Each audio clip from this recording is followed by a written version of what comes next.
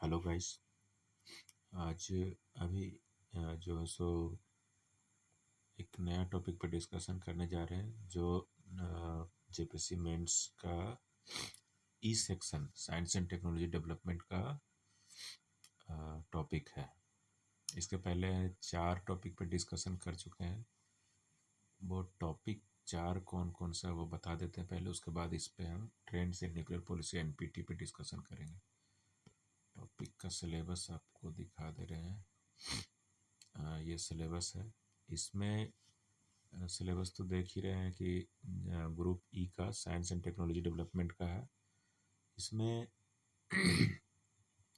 National policy on science and technology पे हो चुका है।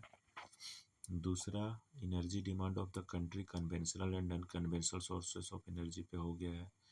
तीसरा, nuclear energy, it's merits and demerits पे हो गया है। इसके बाद trends in nuclear policy NPT पे करेंगे। उसके बाद trends in nuclear policy CTBT पे करेंगे। तो trends in nuclear policy NPT, इसका डिस्कशन नोट्स यहाँ पे आपको दिखा रहे हैं। Recent energy trends in nuclear policy NPT in 600 words. ठीक है, आगे बढ़ते हैं। बोल रहा है कि the nuclear non proliferation treaty, NPT का फुल फॉर्म है the nuclear non proliferation treaty NPT, remains the cornerstone of global nuclear policy. ये एक आधारशिला रहा है, मतलब वर्ल्ड वाइड पे न्यूक्लियर पॉलिसी का एक आधारशिला रहा है NPT, nuclear non proliferation treaty. Cornerstone का मतलब आधारशिला होता है। But it's effectiveness and future face several challenges, लेकिन ये इसका इम्प्लीमेंटेशन उतना अच्छा से नहीं हो पाया इस पॉलिसी का, इस ट्रीटी का, और ये इफेक्टिव उतना नहीं है। बहुत सारा चैलेंजेज है इसके पीछे, आगे डिस्कस करते हैं। बोल रहा है hair are some key trends in nuclear policy related to the NPT. कुछ मुख्य इसका ट्रेंड्स है वो आगे देखते हैं। पहला पॉइंट है स्ट्रेंथेनिंग नॉन प्रोलिफरेशन मेजर्स। इस पे बात करें तो इसका एक पॉइंट है कि the international energy atomic energy agency IAEA has enhanced safeguards and verification mechanism including the additional protocol which allows for most intrusive inspections। ठीक है, मतलब कि नॉन प्रोलिफरेशन मेजर्स को स्ट्रेंथन करने के लिए, मजबूती प्रदान करने के लिए जो है international atomic energy agency IAEA जो है वो कुछ चीज़ में इन्हेंस किया है, सेफगार्ड्स में इन्हेंस किया है, वेरिफिकेशन मैकेनिज्म में इन्हेंस किया है। मतलब कि और बहुत सारे कंट्रीज़ है जो ऐसा ना कर पाए, एटमी पावर नहीं बन पाए, उसके लिए बहुत सारा वेरिफिकेशन मैकेनिज्म है, सेफगार्ड्स है, प्रोटोकॉल है, वो सब डेवलप हुआ है। Which allows for more intrusive inspection, मतलब बहुत बारीकी से इंस्पेक्शन होता है। दूसरा पॉइंट है इसमें कि efforts to prevent nuclear technology from falling on into the hands of non-state actors continue under UN Security Council Resolution 1540। ये बोल रहा है कि इस पे एफर्ट्स डाला जा रहा है, जोर लगाया जा रहा है कि कोई भी जो सो न्यूक्लियर टेक्नोलॉजी को गलत हाथ में ना पड़ जाए, जो कि कोई स्टेट ना हो, नेशन ना हो, नॉन स्टेट एक्टर्स होता है, जैसे कि जो सोसाइटी के लिए काम नहीं करता है, एक तरह से कह सकते हैं कि वो मिलिटेंट टाइप का है। दूसरा पॉइंट आता है कि चैलेंजेज ऑफ डिजर्मामेंट। पहला पॉइंट हम लोग क्या किए, स्ट्रेंथेनिंग नॉन प्रोलिफरेशन मेजर्स, उस पर 2 पॉइंट था। दूसरा है चैलेंजेज ऑफ डिजर्मामेंट, क्या है कि स्लो प्रोग्रेस। इसमें है कि nuclear armed states particularly the US, Russia, China, India and Pakistan have shown reluctance to reduce their arsenals significantly।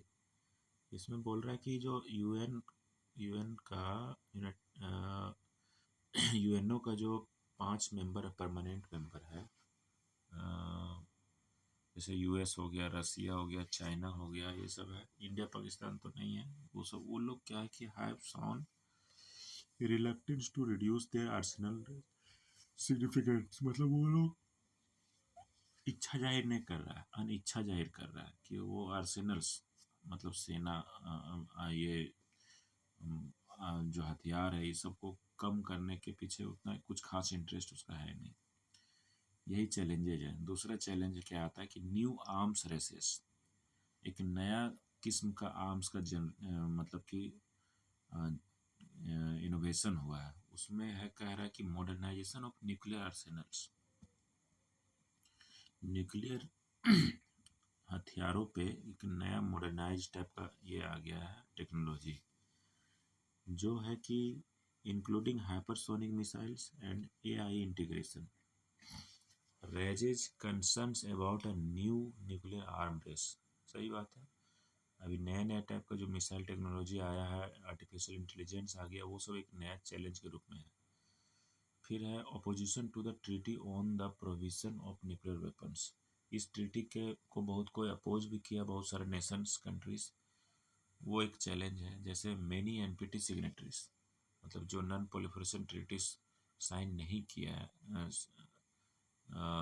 Signatories जो साइन किया हुआ non proliferation treaty, specially nuclear armed states जो ऑलरेडी न्यूक्लियर आर्म्ड है, जिसके पास nuclear power है, opposes this treaty fearing it undermines the NPT framework, जो इस बात को दर्शाता है कि वो एनपीटी फ्रेमवर्क का कमी है, कमजोर है वो। तीसरा आता है टेंशंस ओवर कंप्लाइंस। इसमें बोल रहा है कि तीसरा पॉइंट के पहले देख लेते हैं हम लोग क्या क्या होगा। Strengthening of non proliferation measures हो गया, चैलेंजेज ऑफ डिसआर्मामेंट हो गया। इस सब में तीन तीन पॉइंट इसमें था, ऊपर दो पॉइंट था। तीसरा है टेंशंस ओवर कंप्लाइंस। बोल रहा है कि the US withdrawal, tension over compliance मतलब कि कोलेबरेट नहीं कर रहा, साथ नहीं, उसके साथ कंप्लाई नहीं कर पा रहा है। बहुत सारा कुछ कारण है, देखिए इसमें क्या है।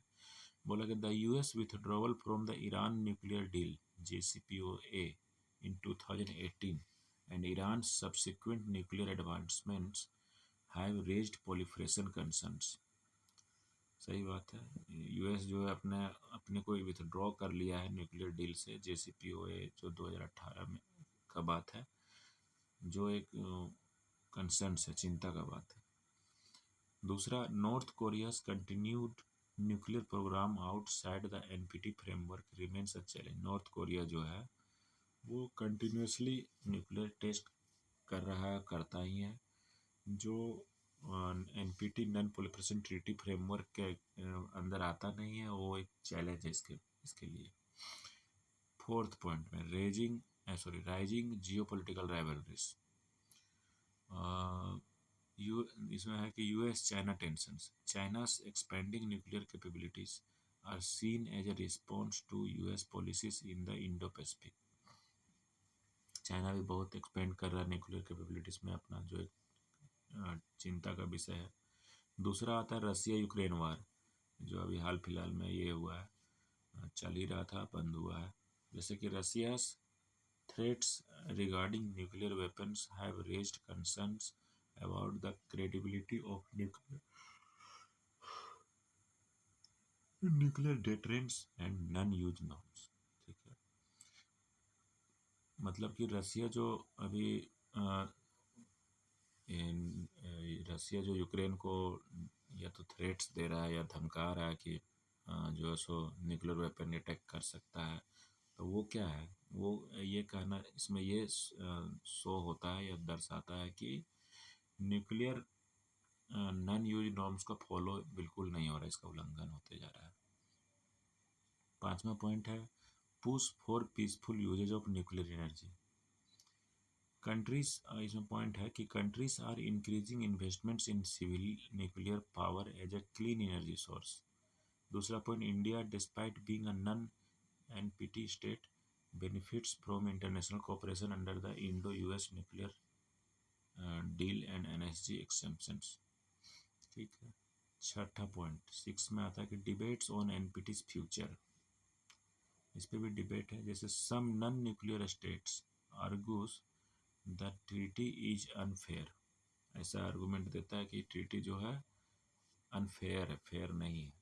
As it allows nuclear armed states to keep their weapons indefinitely, क्योंकि ये जो ट्रीटी है वो अलाउ करता है कि न्यूक्लियर आर्म्ड स्टेट जो है, जैसे अमेरिका हो गया, चाइना हो गया, रसिया हो गया, ये सबको इनडेफिनेटली मतलब इनडिफिनाइट नंबर ऑफ वेपन्स रख सकता है, लेकिन जो नॉन न्यूक्लियर स्टेट्स है उस पर बैन लगाता है। इसलिए ये क्या है, अनफेयर हो गया। दूसरा पॉइंट बोलता है calls for a middle east nuclear free zone specially in light of tension involving Israel, Iran and gulf Nations continue. बस इतना ही है इसमें, 6 पॉइंट था। 6 पॉइंट में ट्रेंड्स इन न्यूक्लियर पॉलिसी का ये एनपीटी को लेकर के ये कंप्लीट हो जाता है।